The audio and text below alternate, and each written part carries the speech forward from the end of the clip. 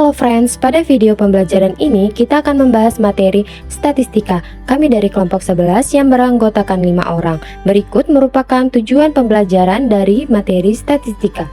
Pada materi statistika terdapat 5 pokok bahasan, yaitu yang pertama penyajian data, kedua ukuran pemusatan data, ketiga ukuran letak data, yang keempat ukuran penyebaran data, dan yang kelima sebaran materi pada kurikulum merdeka.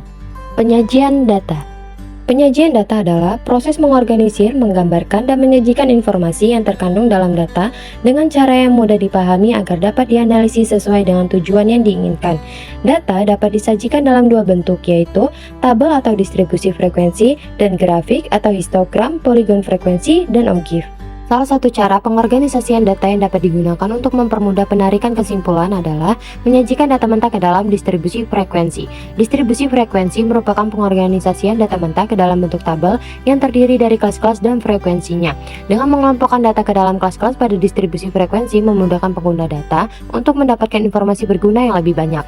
Jika ukuran data cukup besar, misalnya N lebih dari 30, maka sebaiknya data dapat disajikan dalam bentuk tabel distribusi frekuensi.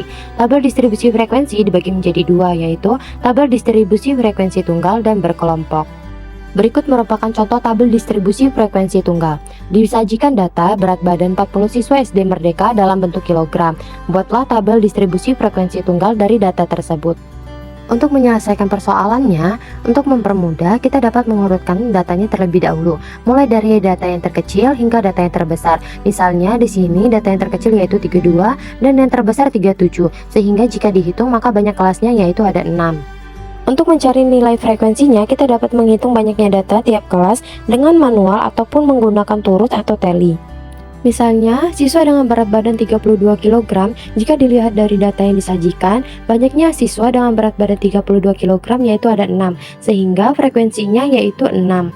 Selanjutnya, banyaknya siswa dengan berat badan 33 kg ada 6, maka frekuensinya yaitu 6, dan seterusnya. Maka diperoleh tabel distribusi frekuensi tunggal seperti yang tertera pada gambar ini. Kemudian berikut merupakan contoh tabel distribusi frekuensi berkelompok. Berikut ini disajikan data nilai ujian akhir mata pelajaran matematika siswa kelas 12 SMA Bintang. Buatlah tabel distribusi frekuensinya. Untuk membuat tabel distribusi frekuensi berkelompok ada beberapa langkah yang harus dilakukan. Yang pertama yaitu menentukan jangkauan. Jangkauan merupakan selisih data paling besar dengan data paling kecil. Yang kedua menentukan banyak kelas. Banyak kelas ditentukan dengan rumus 1 ditambah 3,3 log n. Kemudian yang ketiga yaitu menentukan panjang kelas. Panjang kelas ditentukan dengan cara membagi jangkauan dengan banyak kelas. Yang keempat memilih titik awal yaitu limit bawah kelas pertama. Yang kelima yaitu menghitung frekuensi tiap kelas. Perhitungan frekuensi dapat menggunakan turus untuk memudahkan perhitungan. Untuk menjawab soal tersebut, maka kita akan menentukan jangkauannya terlebih dahulu. Jangkauan data didapat dari data terbesar dikurangi dengan data terkecil. Data terbesar dari soal tersebut yaitu 100, sedangkan data terkecilnya yaitu 44. Maka 100 dikurang 44 hasilnya 56. Jadi jangkauan datanya yaitu 56. Kemudian kita akan menentukan banyak kelas. Banyak kelas didapat dari 1 ditambah 3,3 log n. N-nya yaitu banyak data yaitu 44. 1 ditambah 3,3 log 44 sama dengan 6,421 atau kita bulatkan menjadi 6. Jadi banyaknya kelas yaitu 6. Kita menentukan jangkauan dan banyak kelas, maka kita akan menentukan panjang kelas. Panjang kelas didapat dari membagi jangkauan dengan banyak kelas, yaitu 56 dibagi dengan 6. Hasilnya yaitu 9,333 dibulatkan menjadi 10. Jadi panjang kelasnya yaitu 10. Kemudian angka selanjutnya yaitu memilih titik awal kelas. Titik awal ini bisa berupa nilai minimum data atau bilangan lainnya yang kurang dari data paling kecil. Di sini nilai data yang paling kecilnya yaitu adalah 44. Maka titik awal kelas pertamanya diambil dari nilai kurang dari data paling kecil sehingga titik awal kelas pertamanya yaitu 41. Kemudian titik awal kelas berikutnya yaitu didapat dari dengan menambahkan panjang kelas. Panjang kelasnya tadi kan 10, maka titik awal kelas berikutnya yaitu 41 ditambah 10 sama dengan 51. Kemudian titik akhir kelas pertama ini dikurangin 1 dari titik awal kelas berikutnya, sehingga 51 dikurang 1 sama dengan 50 dan seterusnya.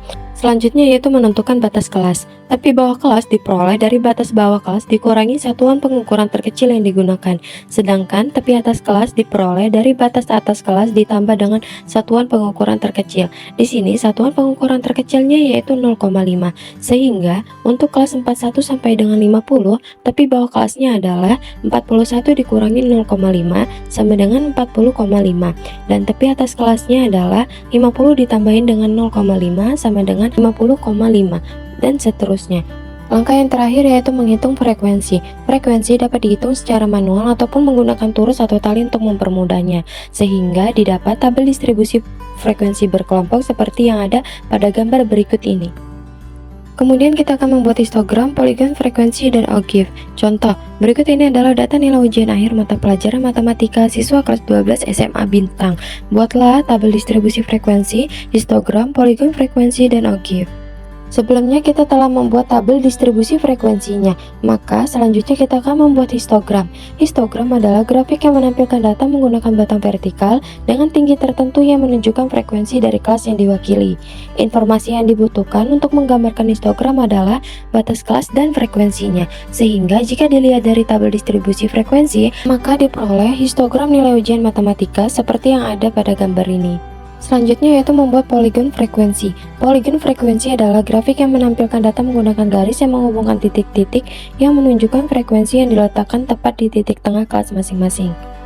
Titik tengah didapat dari batas bawah kelas ditambah batas atas kelas, kemudian dibagi dua, sehingga diperoleh poligon frekuensi nilai ujian matematika seperti yang tertera pada gambar ini.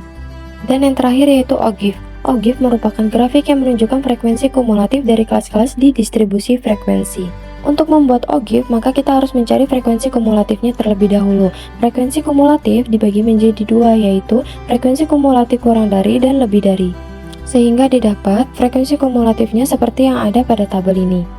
Maka diperoleh ogive nilai ujian matematika seperti yang ada pada gambar ini. Nah, kita udah masuk nih ke materi kedua di pelajaran statistika, yaitu ukuran pemusatan data. Apa sih sebenarnya ukuran pemusatan data itu? Ukuran pemusatan data merupakan suatu nilai yang diperoleh dari sekumpulan data yang dapat dipergunakan untuk mewakili kumpulan data tersebut. Karena nih, biasanya suatu data itu mempunyai kecenderungan untuk terkonsentrasi pada suatu nilai pemusatan. Ukuran pemusatan sendiri terdiri dari rata-rata atau mean, modus, dan juga median. Sebenarnya nih, kalau kita lihat dari ketiga ukuran pemusatan ini, kita sudah mempelajarinya di SMP. Namun, pada kesempatan ini, kita akan meningkatkannya lagi pada ukuran pemusatan data berkelompok. Yuk, kita mulai. Yang pertama, ada rata-rata atau mean. Mean dari sebuah kumpulan data adalah bilangan yang diperoleh dengan mendistribusikan secara merata ke seluruh anggota dari kumpulan data. Kita bisa menghitung nilai mean dengan cara menambahkan seluruh nilai data dan membaginya dengan total banyaknya data. Atau nih, jika ditulis dalam bentuk formula yaitu X bar sama dengan sigma XI per N, di mana X bar merupakan nilai mean, dibacanya yaitu X bar, sigma XI merupakan jumlah total data, dan N adalah banyaknya data. Kalau nilai mean data kelompok, ya sudah pasti nilai mean dari data berkelompok dong. Tapi gimana sih mencari nilai mean data berkelompok?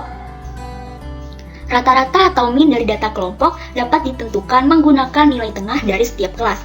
Rata-rata atau mean data berkelompok dapat ditentukan dengan rumus sebagai berikut nih.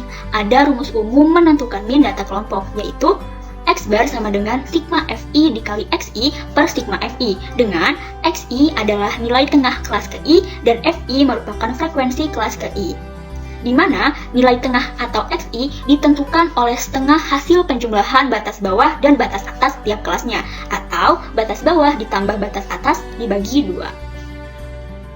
Selain rumus umum menentukan nilai mean data berkelompok tadi nih, kita ada dua rumus lain untuk menentukan nilai mean dari data berkelompok. Apa saja itu? Yang pertama, rumus menentukan mean dengan rataan sementara. Rumusnya, X bar sama dengan X bar S ditambah sigma Fi dikali Di per sigma Fi, dengan keterangan sebagai berikut. Yang kedua, ada rumus menentukan mean dengan pengkodean atau cara coding. Rumusnya, X bar sama dengan X bar S ditambah P dikali sigma Fi dikali Ui per sigma Fi, dengan keterangan sebagai berikut. Wah, kita udah sampai nih ke ukuran pemusatan data yang selanjutnya, yaitu modus. Modus dari sebuah kumpulan data adalah data yang paling sering muncul atau memiliki frekuensi paling besar. Contohnya, Pengurus OSIS sekolah A yang beranggotakan 9 orang akan melakukan aksi sosial untuk membantu para korban bencana alam. Mereka sepakat untuk mengumpulkan pakaian bekas layak pakai untuk membantu para korban bencana alam. Adapun jumlah baju yang dikumpulkan setiap pengurus OSIS adalah sebagai berikut. Di sini ada 9 data, ada 3, 5, 7, 10, 5, 4, 6, 9, dan 8. Dari ke-9 data ini, kita bisa melihat nih bahwa data 5 muncul sebanyak 2 kali dibandingkan dengan nilai data-data yang lain, sehingga data 5 atau nilai 5 merupakan modus dari data tersebut. Selanjutnya, kita punya modus data kelompok. Untuk menentukan nilai modus data berkelompok, kita harus terlebih dahulu menentukan kelas modusnya. Baru deh, selanjutnya, modus data berkelompok dapat ditentukan sebagai berikut. MO atau modus sama dengan L ditambah P dikali D1 per D1 ditambah D2. Dengan keterangan L tepi bawah kelas modus, P panjang kelas interval, D1 selisih antara frekuensi kelas modus dan frekuensi tepat satu kelas sebelum kelas modus, dan D2 selisih antara frekuensi kelas modus dan frekuensi tepat satu kelas sesudah kelas modus. Nah, kita tadi udah ada min, udah ada modus, udah ada min dan modus data berkelompok. Selanjutnya ada apa ya? Yap, betul. Kita punya ukuran pemusatan ketiga, yaitu median. Median adalah nilai data yang berada tepat di tengah ketika seluruh data diurutkan dari yang terkecil sampai yang terbesar. Untuk mencari letak median, bagilah banyaknya data dengan 2. Ada 2 kemungkinan hasilnya nih. Jika hasilnya adalah bilangan bulat, M, maka median terletak di tengah-tengah antara urutan ke M dan ke M plus 1. Yang kedua, jika hasil baginya bukan merupakan bilangan bulat, bulatkanlah hasilnya ke atas, maka median terletak di urutan sesuai hasil pembulatan. Contohnya, contoh pada kasus pengurus OSIS sebelumnya, terdapat 9 data sebagai berikut nih. Setelah data diurutkan dari yang terkecil ke yang terbesar menjadi seperti ini. Hasil bagi banyaknya data dengan 2 adalah 4,5, dan jika dibulatkan menjadi 5, sehingga nilai median data tersebut ada pada urutan kelima, yaitu 6. Sama seperti ukuran pemusatan data sebelumnya, kita juga bisa menentukan median data berkelompok dengan untuk menentukan nilai median data berkelompok, kita juga harus terlebih dahulu menentukan kelas mediannya nih. Selanjutnya, median data berkelompok dapat ditentukan sebagai berikut. ME atau median sama dengan L ditambah P dikali N per 2 dikurang F kapital per FM. Dengan L tepi bawah kelas median, ini kelas median ya harusnya. P panjang kelas interval, F kapital adalah frekuensi kumulatif tepat sebelum kelas median, FM frekuensi kelas median, dan N adalah banyaknya data. Ukuran letak data. Jika sebelumnya kita telah mempelajari median yang membagi 2 kelompok data menjadi 2 sama besar, sekarang kita dapat menentukan ukuran letak lainnya, yaitu kuartil, desil, dan persentil. Sebenarnya kuartil, desil, dan persentil itu apa ya? Nah, kita bisa perhatikan visualisasi berikut.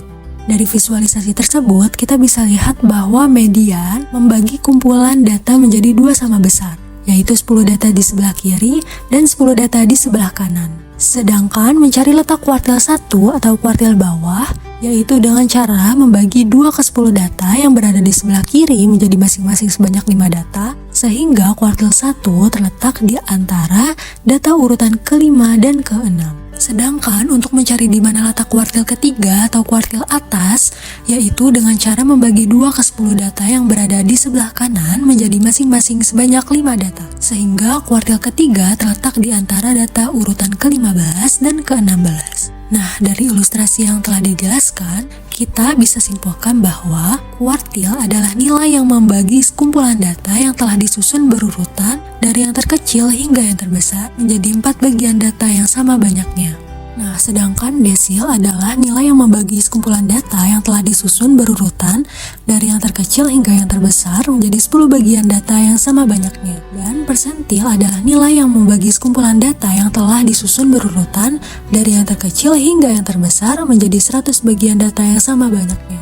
Untuk mencari kuartil, desil, dan persentil pada data tunggal, kita bisa menggunakan rumus. Yang pertama, untuk mencari letak kuartil sama dengan I dikali N plus 1 dibagi 4. Untuk mencari letak desil sama dengan I dikali N plus 1 dibagi 10. Dan untuk mencari letak persentil yaitu sama dengan I dikali N plus 1 dibagi 100. Selanjutnya, untuk mencari kuartil, desil, dan persentil pada data kelompok, kita dapat menggunakan rumus sebagai berikut. Rumus kuartilnya sama dengan tepi bawah kelas yang memuat kuartil ke I ditambah dengan panjang kelasnya, dikali dengan I dibagi dengan 4, dikali dengan banyak data, dikurang dengan jumlah frekuensi sebelum kelas kuartil ke I, dibagi dengan frekuensi kelas yang memuat kuartil ke I. Nah, untuk rumus desil dan persentilnya itu sama saja, akan tetapi pada rumus desil I dibagi dengan 10 dan pada rumus persentil I dibagi dengan 100. Selanjutnya contoh soal, perhatikan tabel distribusi frekuensi data kelompok penjualan sepatu di toko A. Carilah kuartil pertama data kelompok dari tabel di bawah ini. Untuk memudahkan menyelesaikan soal tersebut, kita dapat membuat tabel frekuensi kumulatif, yaitu dengan cara frekuensi sebelumnya ditambahkan dengan frekuensi berikutnya, sehingga didapat frekuensi kumulatif pada kelas 37 sampai 39 sebanyak 2, pada kelas 40 sampai 42 sebanyak 13, dan seterusnya. Selanjutnya, diketahui letak kuartil pertama itu sama dengan 1 dibagi dengan 4 dikali dengan banyaknya data yaitu 30 sama dengan 7,5. Lalu L1-nya sama dengan 39,5, P-nya sama dengan 3, F besar Q-nya sama dengan 2, FQ1-nya sama dengan 11. Selanjutnya kita substitusikan ke rumusnya sehingga Q1 sama dengan 39,5 ditambah 3 dikali dengan 1/4 dikali 30 dikurang 2 dibagi dengan 11 sehingga didapat Q1 sama dengan 41. Bab yang selanjutnya adalah ukuran penyebaran data. Hanya dengan mengetahui rata-rata dari suatu data, tentunya kita tidak akan bisa untuk mendeskripsikan data sepenuhnya. Kita juga perlu tahu bagaimana data-data itu tersebar. Sebagai contoh, seorang penjual sepatu olahraga di suatu daerah telah mengetahui bahwasanya rata-rata ukuran sepatu olahraga yang laris adalah ukuran 40. Nah, akan tetapi, coba kalian pikirkan, kalau misalnya pedagang tersebut hanya menjual sepatu berukuran 40 saja, kira-kira apakah yang akan terjadi? Ya, tentunya penjual tersebut akan rugi ya, sebab tidak semua orang kan membutuhkan sepatu itu berukuran 40. Misalkan ada yang membutuhkan sepatu berukuran 37, 39, atau 42. Tentunya harus mencarinya di toko lain, sehingga dagangan dari penjual sepatu tadi tidak akan habis terjual, dan akhirnya penjual sepatu itu akan mengalami kerugian. Nah, maka dari itu, penjual sepatu harus mengetahui bagaimana data-data itu tersebar. Ukuran yang menyatakan seberapa besar nilai-nilai data berbeda atau bervariasi dengan nilai ukuran pusat atau rata-ratanya dinamakan dengan ukuran penyebaran data. Untuk yang pertama yaitu jangkauan. Nah, sebelumnya kan kita sudah menyinggung nih mengenai jangkauan, di mana jangkauan itu merupakan selisih antara data terbesar dengan data terkecil. Lalu, bagaimana dengan jangkauan interkuartil? Nah, sama seperti dengan menentukan jangkauan sebelumnya, di sini kita akan menentukan selisih. Namun, selisih yang dimaksud itu adalah selisih antara kuartil ketiga dengan kuartil pertama. Selanjutnya adalah simpangan rata-rata. Simpangan rata-rata atau deviasi rata-rata dari sekumpulan data merupakan rata-rata dari selisih mutlak nilai semua data terhadap rata-ratanya, atau dapat dihitung menggunakan rumus SR sama dengan sigma dari selisih mutlak nilai semua data terhadap rata-ratanya dibagi dengan N atau banyaknya data. Untuk yang selanjutnya yaitu varians dan juga simpangan baku. Nah, varians itu dapat dihitung dengan mencari rata-rata selisih atau beda kuadrat antara data observasi atau nilai data dengan rata-rata hitungnya. Sedangkan simpangan baku itu adalah akar kuadrat dari varians. Nah, untuk varians data tunggal itu dapat dirumuskan sebagai sigma kuadrat sama dengan sigma atau jumlahan dari selisih kuadrat antara nilai data dengan rata-ratanya dibagi dengan N atau banyaknya data. Nah, kemudian tadi simpangan baku apa? Simpangan baku merupakan akar dari variansnya. Materi yang selanjutnya yaitu range atau jangkauan dari data kelompok. Sebelumnya kan kita sudah membahas nih bahwasannya range itu merupakan selisih antara data terbesar dengan data terkecil. Lalu bagaimana untuk data berkelompok? Nah, data berkelompok itu kan tentunya kita tidak akan jauh-jauh dari yang namanya nilai tengah. Nah, maka dari itu kita akan memanfaatkan nilai tengah untuk menentukan jangkauan dari data kelompok. Di mana untuk data berkelompok, data tertinggi itu diambil dari nilai tengah kelas tertinggi, sedangkan data terendahnya diambil dari nilai tengah kelas yang terendah. Untuk itu, mari kita perhatikan contoh berikut. Di sini ada data di mana kelas yang tertinggi berada di kelas yang kelima, yaitu pada interval 31 sampai 35. Kemudian kelas yang terendah berada pada kelas yang pertama, dengan interval 11 sampai 15. Untuk jangkauannya, kita bisa peroleh dengan mencari nilai tengah dari kelas yang tertinggi, kemudian dikurangi dengan nilai tengah dari kelas yang terendah. Di sini kita peroleh untuk nilai tengah kelas tertingginya yaitu 31 ditambah dengan 35, lalu dibagi 2 yaitu 33, Kemudian nilai tengah dari kelas yang terendah yaitu 11 ditambah 15 dibagi 2, yaitu 13. Sehingga dari kedua hasil tersebut kita peroleh jangkauan untuk datanya yaitu 33 dikurangi 13 adalah 20. Selanjutnya ada simpangan rata-rata data kelompok. Perlu diingat bahwasanya simpangan rata-rata atau deviasi rata-rata dari sekumpulan data merupakan rata-rata dari selisih mutlak nilai semua data terhadap rata-ratanya. Namun, karena ini data berkelompok, tentunya setiap kelas akan memiliki frekuensi masing-masing. Maka dari itu, kita akan mengalihkan selisih mutlak nilai data terhadap rata-ratanya dengan frekuensi kelas masing-masing. Sehingga, simpangan rata-rata dari suatu data berkelompok dapat ditentukan menggunakan SR sama dengan sigma FI dikalikan dengan selisih mutlak nilai data terhadap rata-ratanya dibagi dengan N. Dalam pengerjaannya, kita bisa membuat tabel bantu untuk mempermudah kita dalam memperoleh simpangan rata-rata. Di mana, pada tabel bantu tersebut, kita akan membutuhkan informasi mengenai titik tengah, kemudian selisih mutlak dari nilai data terhadap rata-ratanya, kemudian selisih mutlak dari nilai data terhadap rata-ratanya dikalikan dengan frekuensi dari masing-masing kelas. Sehingga kita peroleh jumlah dari selisih mutlak nilai data terhadap rata-ratanya dikalikan dengan frekuensi kelas masing-masing yaitu 98. Namun sampai di sini belum selesai karena kita belum menemukan simpangan rata-rata dari data kelompok yang kita cari. Tadi kita kan tahu bahwasannya simpangan rata-rata akan kita peroleh dari sigma FI dikalikan dengan selisih mutlak dari nilai data terhadap rata-ratanya kemudian dibagi N. Jadi simpangan rata-rata yang kita cari adalah 4,9. Terakhir adalah varians dan juga simpangan baku data kelompok. Sama seperti pada data tunggal, varians itu dapat dihitung dengan mencari rata-rata selisih antara nilai data dengan rata-rata hitungnya. Sedangkan simpangan baku adalah akar kuadrat dari varians. Namun perlu diingat karena ini merupakan data kelompok, tentunya masing-masing kelas akan memiliki frekuensi. Sehingga kita akan mengkalikan selisih kuadrat dari nilai data terhadap rata-ratanya dengan frekuensi kelas masing-masing. Atau dapat dirumuskan sebagai sigma kuadrat sama dengan sigma FI dikalikan dengan XI min X bar dikuadratkan dibagi N, di mana FI ini merupakan frekuensi kelas ke I, kemudian XI merupakan nilai tengah kelas ke I, kemudian X bar merupakan nilai rata-rata data, dan N merupakan jumlah dari frekuensi yang diketahui. Sedangkan untuk simpangan bakunya merupakan akar kuadrat dari varians. Selain menggunakan rumus tersebut, kita juga bisa menggunakan rumus lain, di mana varians itu bisa kita peroleh dari sigma kuadrat sama dengan sigma FI XI kuadrat dibagi N dikurangi dengan sigma FI dikali dengan XI dibagi N dikuadratkan, di mana sigma kuadrat ini merupakan varians, kemudian FI merupakan frekuensi kelas ke I, kemudian XI merupakan nilai tengah kelas ke I. Lalu untuk simpangan bakunya juga sama, akan kita peroleh dengan mencari akar kuadrat dari variansnya. Kemudian dalam pengerjaan soal, kita juga bisa memanfaatkan tabel bantuan di mana kita akan mencari informasi mengenai titik tengah, kemudian selisih kuadrat antara nilai data dengan rata-ratanya, kemudian selisih kuadrat dari nilai data terhadap rata-ratanya kita kalikan dengan FI. Pada contoh tersebut, kita peroleh jumlah dari seluruh frekuensi dikalikan dengan selisih kuadrat antara nilai data terhadap rata-ratanya yaitu 670. Sehingga varians dari data tersebut yaitu 670 dibagi N, di mana kita tahu bahwa N itu merupakan keseluruhan dari frekuensi, sehingga N-nya yaitu 20. Maka dari itu, kita peroleh varians dari datanya adalah 33,5 dan simpangan bakunya merupakan akar dari varians, sehingga simpangan bakunya merupakan akar dari 33,5. Oke teman-teman, sekarang kita lanjut ke pembahasan mengenai sebaran materi statistika pada kurikulum Merdeka.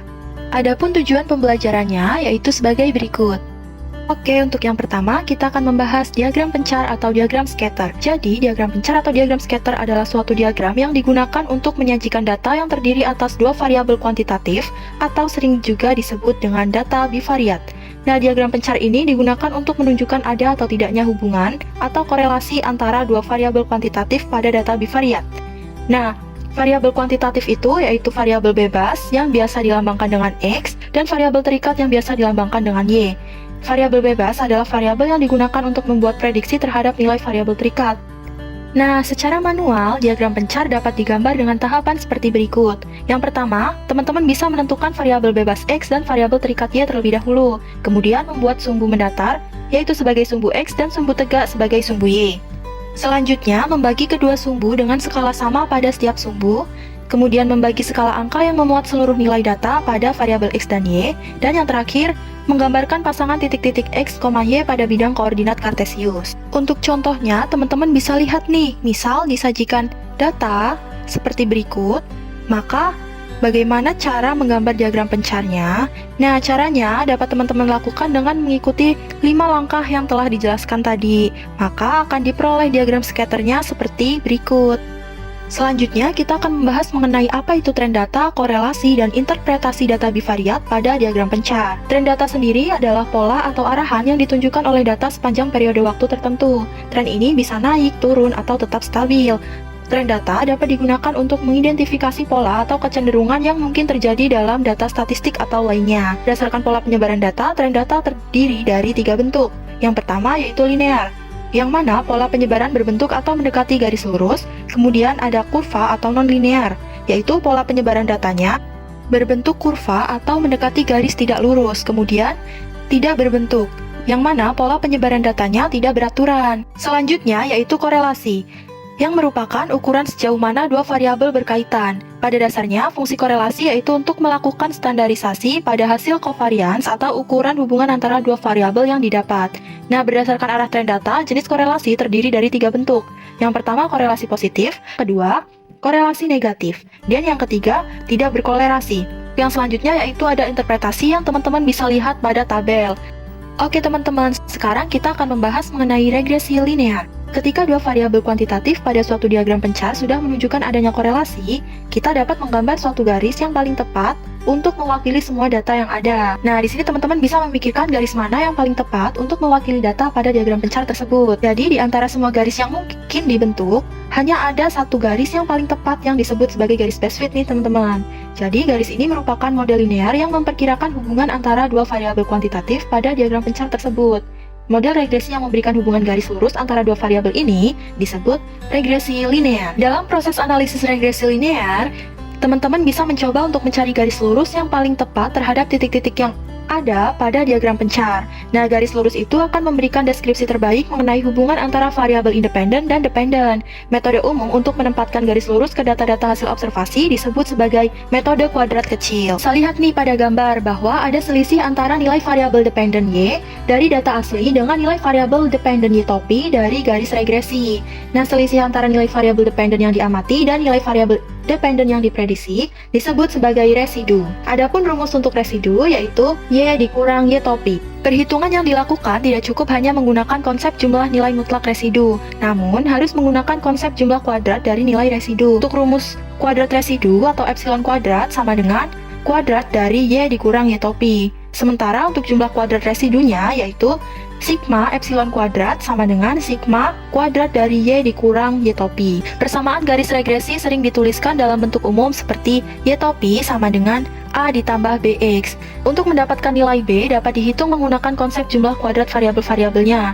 Ada dua jenis jumlah kuadrat variabel yang akan digunakan dan disingkat menjadi SS yang merupakan singkatan dari sum of squares, yang berarti jumlah kuadrat. Untuk yang pertama yaitu jumlah kuadrat selisih variabel independen X terhadap rata-ratanya dan variabel dependen Y terhadap rata-ratanya. SSXY sama dengan sigma XY dikurang sigma X dikali sigma Y dibagi N. Kemudian yang kedua, jumlah kuadrat selisih variabel independen X terhadap rata-ratanya. SSXX sama dengan sigma X kuadrat dikurang kuadrat dari sigma X per N.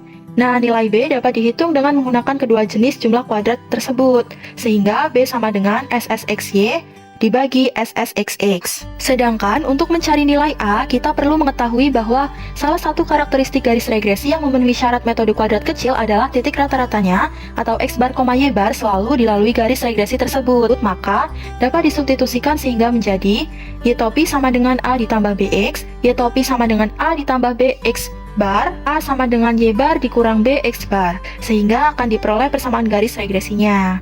Oke teman-teman, pembahasan yang selanjutnya yaitu mengenai analisis korelasi. Untuk mengambil kesimpulan dari suatu data, tentunya kita perlu suatu standar yang pasti, agar setiap orang tidak mengambil kesimpulan yang berbeda-beda. Oleh karena itu, suatu korelasi memiliki suatu standar nilai tingkat korelasi. Nilai ini merupakan ukuran deskriptif numerik dari korelasi yang disebut koefisien korelasi. Koefisien ini akan memberikan informasi arah tren data dan sekaligus tingkat korelasinya apakah kuat, sedang, atau lemah. Selain dari analisis tersebut, kita perlu mengetahui seberapa tepat suatu garis regresi terhadap data asli. Ada hal yang bisa lebih tepat untuk menentukan ketepatan suatu garis. Hal ini dapat dilihat dari berapa proporsi dari variabel dependen yang diterangkan oleh variabel independen yang disebut sebagai koefisien determinasi. Nah, pada bagian ini akan diperkenalkan mengenai konsep koefisien korelasi. Koefisien korelasi yang akan digunakan adalah korelasi produk momen. Terdapat 3 jenis jumlah kuadrat untuk menemukan nilai koefisien korelasi. Yang pertama, jumlah kuadrat selisih variabel independen X terhadap rata-ratanya dan variabel dependen Y terhadap rata-ratanya. atau SSXY sama dengan sigma XY dikurang sigma X dikali sigma Y dibagi N. Kemudian yang kedua, jumlah kuadrat selisih variabel independen X terhadap rata-ratanya, atau SSXX sama dengan sigma X kuadrat dikurang kuadrat dari sigma X dibagi N. Kemudian yang ketiga, jumlah kuadrat selisih variabel dependen Y terhadap rata-ratanya, atau SSYY sama dengan sigma Y kuadrat dikurang kuadrat dari sigma Y dibagi N. Kemudian, untuk menghitung nilai korelasi produk momen atau R, teman-teman bisa mensubstitusikan nilai dari ketiga jenis jumlah kuadrat ke dalam rumus korelasi produk momen, yaitu R sama dengan SSXY dibagi akar SSXX dikali SSYY, sehingga nilai R yang diperoleh akan selalu berada pada interval R lebih dari sama dengan negatif 1 kurang dari sama dengan 1. Nah, di sini teman-teman bisa melihat bagaimana kita dapat menginterpretasikan nilai R yang diperoleh dari perhitungan dengan rumus sebelumnya dan hubungannya dengan diagram pencarnya. Untuk gambar yang pertama, dengan R sama dengan 1, maka korelasi positif sempurna. Untuk R sama dengan negatif 1, maka korelasi negatif sempurna. Dan untuk R sama dengan 0, maka tidak berkorelasi linear. Nah, selanjutnya, untuk R lebih dari 0 kurang dari 1, maka korelasi positif kuat, yang mana R positif mendekati 1, korelasi positif lemah, yang mana R positif namun mendekati 0. Kemudian untuk R lebih dari negatif 1 kurang dari 0, maka korelasi negatif kuat ketika R negatif mendekati negatif 1, dan korelasi negatif lemah ketika R negatif mendekati 0. Teman-teman bisa perhatikan tabel sebagai pedoman menentukan deskripsi tingkat hubungan korelasi. Kemudian, pada bagian ini kita akan mempelajari nilai yang menyatakan seberapa tepat suatu garis regresi dari perspektif proporsi dari variabel dependen yang diterangkan oleh variabel independen yang disebut sebagai koefisien determinasi. Simbol yang digunakan adalah R kuadrat. Untuk memperoleh nilai koefisien determinasi, yaitu hanya dengan menguadratkan koefisien korelasi. R kuadrat mempunyai rentang nilai 0 sampai dengan 1. Nilai koefisien determinasi atau R kuadrat yang mempunyai rentang nilai 0 sampai 1 sering diubah ke persentase dengan dikalikan 100 untuk proses interpretasi persentase dari variabel dependen yang diterangkan oleh variabel independen sesuai dengan definisinya.